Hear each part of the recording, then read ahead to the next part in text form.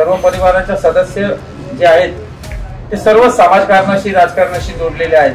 मग ही लेगसी आता मी पुढे चालवणार असं सर्वांचा विचार आणि एकमताने सर्वांनी केल्यामुळे आता मी सुद्धा समाजकारणात पडलो आहे. त्या काळामध्ये नगर परिषदेमार्फत बांधण्यात आलेल्या सर्वच इमारती, जवळपास सर्वच इमारती हे माझे आजोबा नगराध्यक्ष असताना त्यांच्या कार्यकाळात बांधले गेलेले आहेत. जसं जुनं नगरपालिकेची बिल्डिंग असो, नगरपालिकेचं हॉस्पिटल आहे, नगरपालिकेच्या शाळा आहेत, नगरपालिकेच्या बगीचे आहेत, हे सर्व जे काय सुरुवातीला घडलं ते सर्व माझ्या आजोबांच्या काळातच या सगळ्या सुधारणा, या सगळ्या सोयी सुविधा उपलब्ध झाल्या आणि त्याचा आम्हाला आणि आमच्या कुटुंबियांना अभिमान आहे. हा जो आमचा प्रभाग आहे, हा प्रभाग म्हणजे संपूर्ण गाव आहे, म्हणजे मुख्य गाव, मुख्य व्यापारी पेठ, मुख्य सर्वच म्हणजे जुनं गावठाण वगैरे हे सर्व या भागामध्ये समाविष्ट होतं. मग त्यामध्ये आपण असं म्हणू की सर्व शासकीय इमारती या प्रभागामध्ये काय होतं की सर्व लोक फ्लोने तिथे येतात. फ्लोने तिथे आल्यानंतर कायमस्वरूपी हा पार्किंगचा प्रश्न कसा मिटला जाईल यासाठी मी प्रयत्न करणार. या टिळकनगर प्रभागातील, टिळकनगर भागातील लोकांच्या ज्या सरकारी जागेवर वास्तव्य आहे त्यांना हे कायमस्वरूपीचे उतारे कसे देता येईल आणि मग ते उतारे देऊन त्यांना प्रधानमंत्री आवास योजनेअंतर्गत बसून त्यांना तो लाभ कसा देता येईल हा माझा मुख्य अजेंडा राहील. तर बँक रोड हा रस्ता मुख्यत्वे हा खोदून कॉन्क्रिटीकरण करून तो बँक रोड कायमस्वरूपी म्हणजे पुढील 20 वर्ष त्या बँक रोडला काही होणार नाही अशा पद्धतीचा रस्ता करायचा माझा मानस आहे. मला या राजकारणाच्या माध्यमातून इतर कोणते वेस्टेड इंटरेस्ट माझ्याकडे नाही. मला कोणते सोर्सेस जनरेट करायचे, मला फक्त समाजसेवा करायची. नमस्कार, मी चेतन सावंत. स्पेशल गोच्या आपलं शहर आपलं विजन ह्या स्पेशल कार्यक्रमामध्ये आपणा सर्वांचं मनपूर्वक स्वागत. स्थानिक स्वराज्य संस्थांच्या निवडणुकांचं बिगुल वाजले.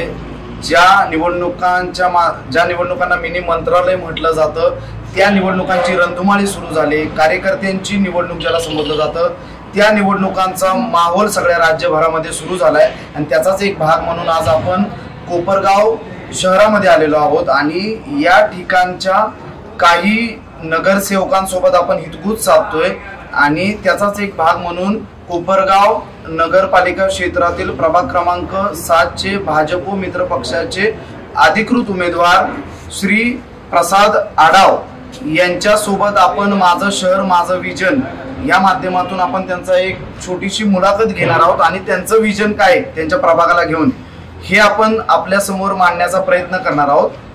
प्रसाद दादा, तुमचं स्पेशल गोच्या या कार्यक्रमामध्ये मनापासून स्वागत. नमस्कार. मी तुमच्या नावाचा उल्लेख करताना असं म्हटलं की श्री प्रसाद आडाव, तर अनेकांच्या नावाच्या पुढे श्री म्हणण्याची आपली संस्कृती आहे किंवा आपल्या नावापुढे ते बोललं जातं, परंतु ते तुमचं टोपण नाव देखील आहे. तर काय ते नेमकं ते?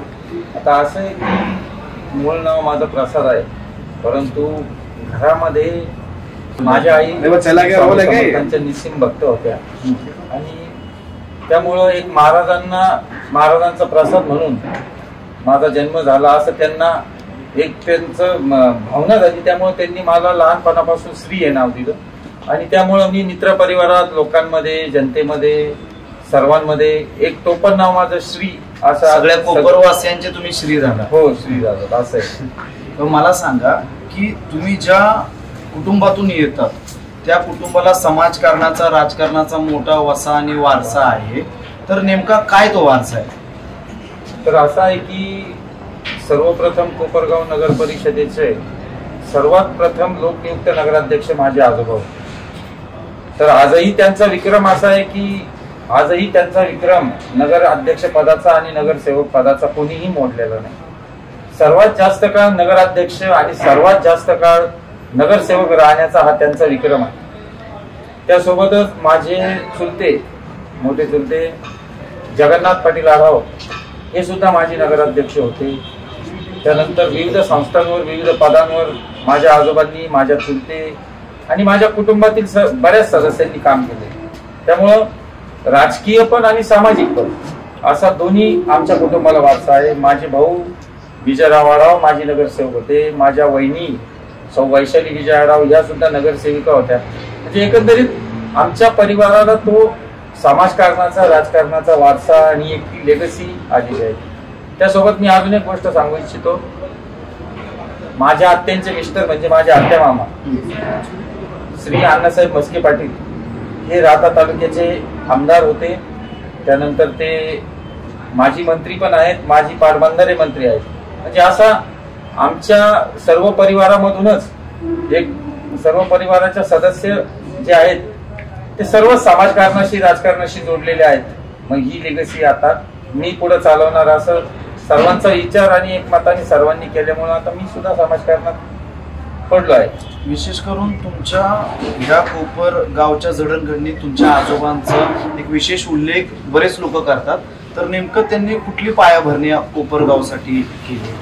अगदी सुरुवातीला ज्या वेळेला कोपरगावचं म्हणजे लोकल बोर्ड स्थापन झालं, नगरपालिका अस्तित्वात नव्हत्या त्यावेळेला लोकल बोर्ड होतं. तर लोकल बोर्ड स्थापन झाल्यानंतर मग नगरपालिका आणि सत्तेचं विकेंद्रीकरण झालं. नगरपालिका स्थापन झाल्या, जिल्हा परिषद पंचायत समिती स्थापन झाल्या, त्याप्रमाणे नगरपालिकाही स्थापन झाली. मग त्यावेळेला नगरपालिका स्थापन झाल्या तर हे एक कोपरगाव छोटंसं गाव होतं. त्या काळामध्ये नगर परिषदेमार्फत बांधण्यात आलेल्या सर्वच इमारती, जवळपास सर्वच इमारती हे माझे आजोबा नगराध्यक्ष असताना त्यांच्या कार्यकाळात बांधले गेलेले आहेत.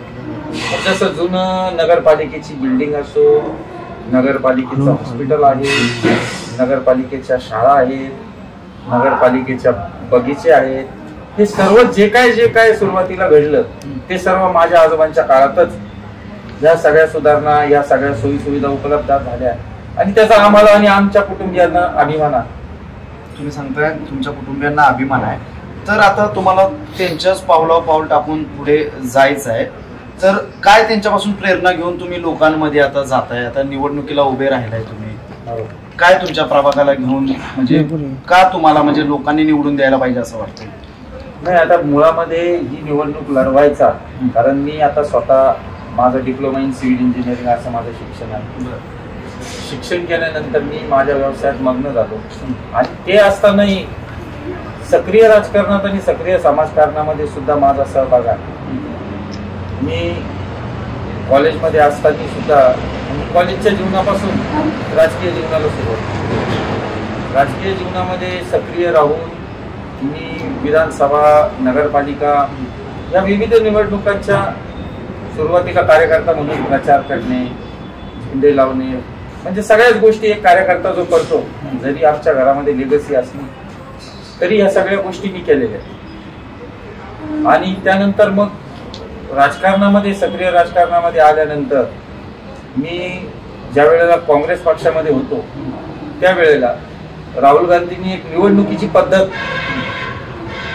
पक्षामध्ये आणली की पक्षाचे कोणालाही अध्यक्ष व्हायचं असेल किंवा काही व्हायचं असेल, पदावर जायचं असेल तर त्यांनी निवडून पक्षांतर्गत निवडणुकीला उभे राहून निवडून यावं. मग त्या निवडणुकीमध्ये सुद्धा मी निवडून आलो. त्यानंतर मी अनेक विविध सामाजिक संघटना, राजकीय संघटनांवरही काम केले, जशी संभाजी ब्रिगेड असते.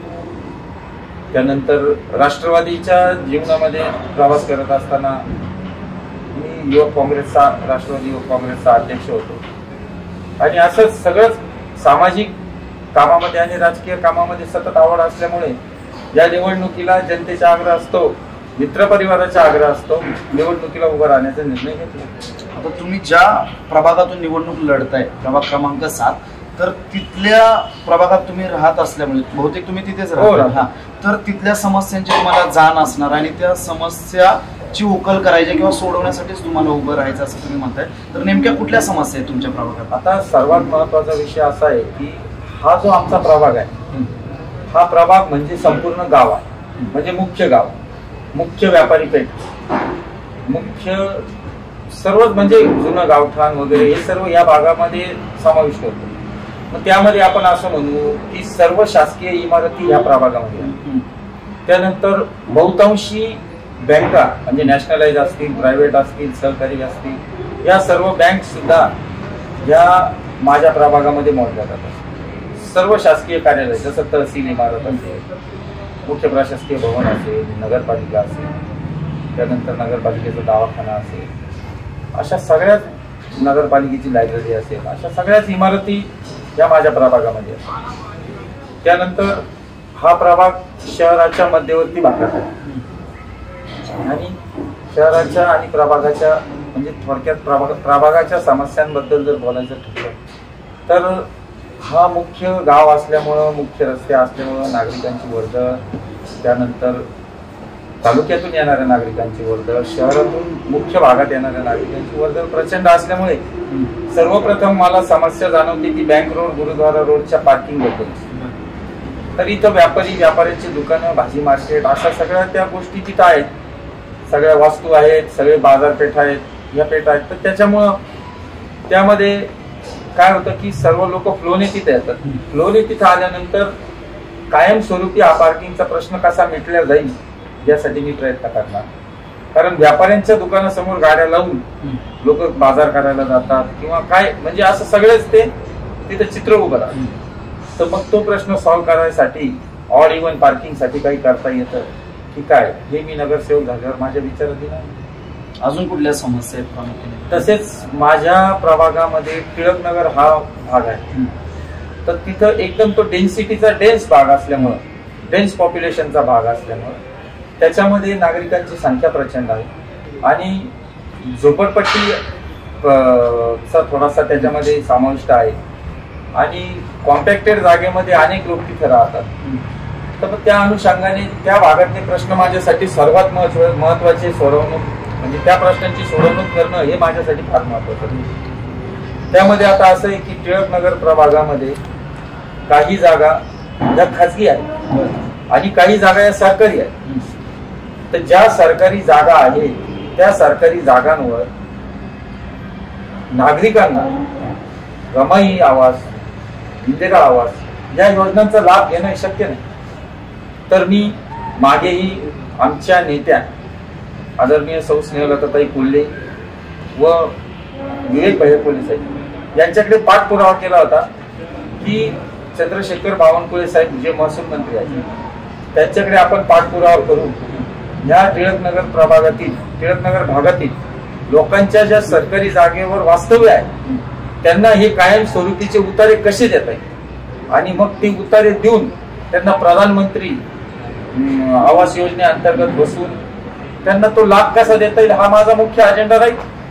त्यानंतर टिळकनगर मध्ये छोटे मोठ्या समाजाचे बहुतांश गोरगरीब लोक राहतात. आमच्या आया बहिणी, त्याच्यानंतर आमचे बांधव सगळे त्यामध्ये राहतात आणि तिथं राहायला असलेल्या लोकांची आर्थिक परिस्थिती काही एवढी मजबूत नाही, बेताची परिस्थिती आहे. तर माझा त्याच्यामध्ये मानस असा आहे की त्या परिसरातील लोकांच्या लग्न, कार्य, समारंभ, वाढदिवस, इतर छोटे मोठे कार्यक्रमांसाठी एक समाज मंदिर किंवा एक मल्टीपर्पज कम्युनिटी हॉल बांधायचा माझा विचार आहे, असं माझं त्या प्रभागाच्या बाबतीमध्ये विचार आहे.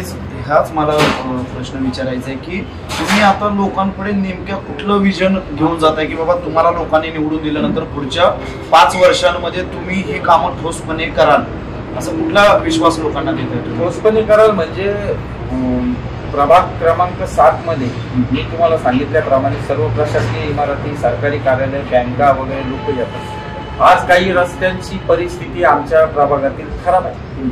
आता मुख्यत्वे बँक रोड म्हणूया आपण, तर बँक रोडची अवस्था अशी आहे की तिथं पार्किंगचा प्रश्न आहे. त्यानंतर डांबरीकरण केलेले रस्ते वारंवार तुटतात. तर बँक रोड हा रस्ता मुख्यत्वे हा खोदून कॉन्क्रिटीकरण करून तो बँक रोड कायमस्वरूपी म्हणजे पुढील 20 वर्ष त्या बँक रोडला काही होणार नाही अशा पद्धतीचा रस्ता करायचा माझा मानस आहे. दुसरा, तहसील इमारत पासून तर टिळकनगर पर्यंत किंवा शनी महाराजांचं मंदिर असलेल्या चौकापर्यंत हा रस्ता खोदून कॉन्क्रिटीकरण करणार म्हणजे त्या परिसरातील नागरिकांची गैरसोय होणार. त्यानंतर टिळकनगर मध्ये पावसाळ्यामध्ये ज्या गटारी तुंबतात आणि लोकांच्या घरामध्ये पाणी घुसतं, इव्हन त्याच्या फाउंडेशन मध्ये पाणी घुसतं, त्याच्या फाउंडेशन मध्ये पाणी घुसल्यामुळे लोकांची घरं कच्ची होत चालली. तर त्या अनइव्हन असणाऱ्या गटारी सगळ्या पुन्हा एकदा पुनर्निर्माण त्यांचं करणार आणि कोणत्याही नागरिकाच्या कोणत्याही पायरीला किंवा इतर त्यांची काही अडचण न होता ही सर्व कामे करणार आहे असं माझा मानस आहे. तुम्हाला विश्वास वाटते का की लोक तुमच्यावर विश्वास ठेवून तुम्हाला निवडून देतील? मला विश्वास ह्यामुळे वाटतो की मुळामध्ये मी ही उमेदवारी मी तुम्हाला सांगितलं की ही उमेदवारी त्या प्रभागामध्ये असणाऱ्या नागरिकांच्या आग्रहास्तव आणि त्या प्रभागामध्ये असणाऱ्या मित्रमंडळींच्या आग्रहास्तव हे लोकांची मी माझ्या व्यक्तिगत जीवनामध्ये माझा व्यवसाय करून उदरनिर्वाह करून मी एक सक्सेसफुल म्हणता येणार नाही पण ऍटलिस्ट एक एका स्थिर स्थावर आहे म्हणजे व्यवस्थित आहे बरी आहे. तर मग मला असा विश्वास आहे की मी व्यवसाय करून सुद्धा माझी उपजीविका करू शकतो. मला या राजकारणाच्या माध्यमातून इतर कोणते वेस्टेड इंटरेस्ट माझ्याकडे नाही. मला कोणते सोर्सेस जनरेट करायचे, मला फक्त समाजसेवा करायची. आणि दुसरी गोष्ट अशी की जी आमची लिगसी आहे आणि त्या लिगसी प्रमाणे मला या समाजकार्याची जी आवड आहे तर ती आवड पूर्ण करण्यासाठी आणि लोकांप्रती आपली कृतज्ञता व्यक्त करण्यासाठी सामाजिक जीवनात आणि राजकीय जीवनात काम करायचं. विशेष बाब म्हणजे आम्हाला एक सांगायला अभिमान वाटतो 1972 का 78 असं काहीतरी पुराचं कोपरगाववर फार मोठं संकट आलेलं. त्या काळामध्ये माझे आजोबा हे नगराध्यक्ष आणि कोपरगावमध्ये पुरामुळे विस्थापित झालेल्या लोकांसाठी राहायची सोय नाही म्हणून आमच्या आजोबांनी कोपरगावमध्ये माझ्या आजीच्या नावावर एक नगर स्थापन करून त्याचं नाव आजही लक्ष्मीनगर आहे. माझ्या आजीचं नाव लक्ष्मी आहे आणि लक्ष्मीनगर स्थापन करून त्या लोकांच्या पुनर्वसनासाठी आजोबांनी कर्तव्याच्या भावनेतून ती जमीन दिली. आज त्या जमिनीची किंमत शेकडो कोटींमध्ये. तर मला तुम्हाला अधोरेखित असं करायचं आहे की कोपरगाव शहरामध्ये आज तागायत 3 पिढ्यामध्ये आमच्या परिवारानं कधीही कोणाला त्रास दिला नाही, कधीही कोणाला धारेवर धरलं, कधीही कोणती एक साधी टपरी सुद्धा 3 पिढ्याच्या राजकारणामध्ये आमच्या परिवाराने टाकली नाही. हा मुद्दा मला या निमित्ताने अधोरेखित करावा असं वाटतं. दानत आणि दातृत्व हे तुमच्या अगोदरच्या पिढींपासूनच सगळं तुमच्यामध्ये भिनलेलं आहे. बरोबर. आता एक तरुण म्हणून तुम्ही राजकारणामध्ये होताच मागच्या अनेक दिवसांपासून, परंतु आता प्रत्यक्ष निवडणुकीच्या राजकारणात देखील तुम्ही उतरलाय. तर कुणाकडे पाहून तुम्ही निवडणुकीच्या या रणांगणात उतरण्याचा निर्णय घेतला? मला असं वाटतं की माझा जन्म झाल्यापासूनच माझे डोळे उघडल्यापासूनच आमच्या घरामध्ये राजकारण आहे, समाजकारण आहे. आणि ते समाजकारण पुढे नेत असताना काही वर्ष मी राजकीय जीवनाची सुरुवात काँग्रेस पक्षापासून केली. त्यानंतर मी महत्वाचा मुद्दा अधोरेखित करू इच्छितो की विवेक भैया कोल्हे यांच्या संपर्कात आल्यावर मला त्यांच्यामध्ये जो एक नेतृत्व गुण दिसला, एक विजनाचा स्पार्क दिसला, तर त्यामुळं प्रभावित होऊन मी ह्या सक्रिय राजकारणामध्ये त्यांच्याबरोबर काम करायचा निर्णय घेतला. त्यांच्याबरोबर राजकीय जीवनामध्ये सामाजिक जीवनामध्ये काम करत असताना माझ्या जीवनाला जणू काही कलाटणीत मिळाल्यासारखं मला एक असा त्याच्यामध्ये विश्वास वाटतो. आणि त्यांनीच मला ही नगरपालिकेच्या निवडणुकीसाठी उमेदवारी देऊ केली. आणि माझं एक म्हणणं आहे की मी त्यांच्या विश्वासाला सार्थ होईल असं काम करून या नगरपालिकेच्या निवडणुकीमध्ये नंतर नगरपालिकेत नगरसेवक म्हणून निवडून गेलो तर एक त्यांच्या विश्वासाला सार्थ राहील असं काम करून जातं. आता तुमच्या पॅनलचे किंवा भाजप आणि मित्र पक्षाचे जे नगराध्यक्ष पदाचे जे अधिकृत उमेदवार आहेत किंवा तुमचे कॅप्टन आपण त्यांना म्हणू शकतो या निवडणुकीच्या ह्या ह्याच्यात, तर त्या उमेदवाराबद्दल तुम्हाला काय वाटतं? आमचे जे उमेदवार आहे पराग शिवाजीराव सांगतात यांच्याबद्दल बोलायच्या सारख्या प्रचंड आणि अनेक गोष्टी आहेत. परंतु त्यामधील सर्वाधिक महत्वाच्या गोष्टी मी काही गोष्टी तुम्हाला सांगतो. तर सर्वात प्रथम म्हणजे स्वच्छ प्रतिमा, एकदम स्वच्छ प्रतिमेचे असणारे. दुसरी गोष्ट लोक सुखादुःखात उभे असणारे लोक, त्यांना हे सर्व गोष्टी त्यांच्या जाणतात. परंतु मला त्यांच्या व्यवस्थापनाचा हा मुद्दा एक अधोरेखित करायचा आहे. मॅनेजमेंट गुरु आपण त्यांना म्हणतो. शिवाजी महाराजांवर निस्सीम भक्ती असलेले, डॉक्टर बाबासाहेब आंबेडकरांच्या, शाहू फुले आंबेडकरांच्या विचाराचे आमचे उमेदवार आहेत. म्हणजे सर्व समाजाला एकत्रित घेऊन प्रत्येकाच्या सुखादुःखात उभे राहून हा कार्यकर्ता समर्पित राजकारण करतोय असं मला वाटतंय. त्याबरोबरच ते ज्या ज्या पदावर त्यांनी काम केलेलं आहे, तर ज्या ज्या पदावर ज्या ज्या संस्थेवर त्यांनी अनेक संस्थेवर काम, परंतु त्यांना ऍडमिनिस्ट्रेशन हा सर्वात मोठा पार्ट जो नगरपालिकेमध्ये सर्वात महत्वाचा आहे. म्हणजे एक नगराध्यक्ष निवडून झाल्यानंतर व्यवस्थापन हे फार महत्वाचं असतं. कारण आरोग्य विभाग आहे, पाणी पुरवठा विभाग आहे, बांधकाम विभाग आहे, त्यानंतर विद्युत विभाग आहे. या सर्वांना एकत्र घेऊन जे काम करायची हातोटी लागेल, त्यासाठी हा उमेदवार समर्थ आहे, एवढंच मला या निमित्ताने सांगायचं. तर शेवटचा मला हा प्रश्न विचारायचा आहे, आमच्या माध्यमातून तुम्ही प्रभाग क्रमांक 7 मधील नागरिकांना काय आवाहन कराल?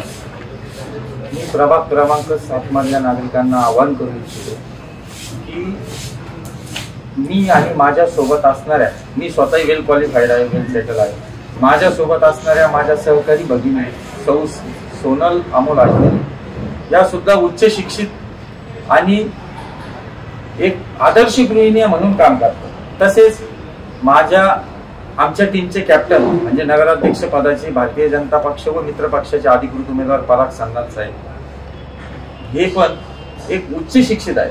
म्हणजे आम्ही तिन्ही वेल क्वालिफाईड उमेदवार आहोत. तर माझं या निमित्ताने एवढंच सांगणार आहे की सर्वप्रथम आमचे नगराध्यक्ष आणि आम्हाला दोन्ही उमेदवारांना प्रभागातल्या नागरिकांनी, जनतेने, मायबाप बांधवांनी आम्हाला मतरूपी आशीर्वाद देऊन आम्हाला उपकृत करावी, एवढीच या निमित्ताने. तर आज आपल्या स्पेशल कोचच्या माध्यमातून श्री प्रसाद आडाव यांनी त्यांच्या प्रभाग क्रमांक 7 ला घेऊन त्यांच्या विजन असतील, त्यांची कौटुंबिक पार्श्वभूमीचा जो वसा आणि वारसा आहे, या गोष्टींचा धांडोळा घेण्याचा प्रयत्न केला. त्यांनी आज त्यांची आता प्रचार रॅली सुरू होणार आहे, तरी पण त्यांनी वेळात वेळ काढला आणि आपल्यासोबत हितगुज साधलं, त्याबद्दल त्यांचे मनापासून आभार आणि धन्यवाद.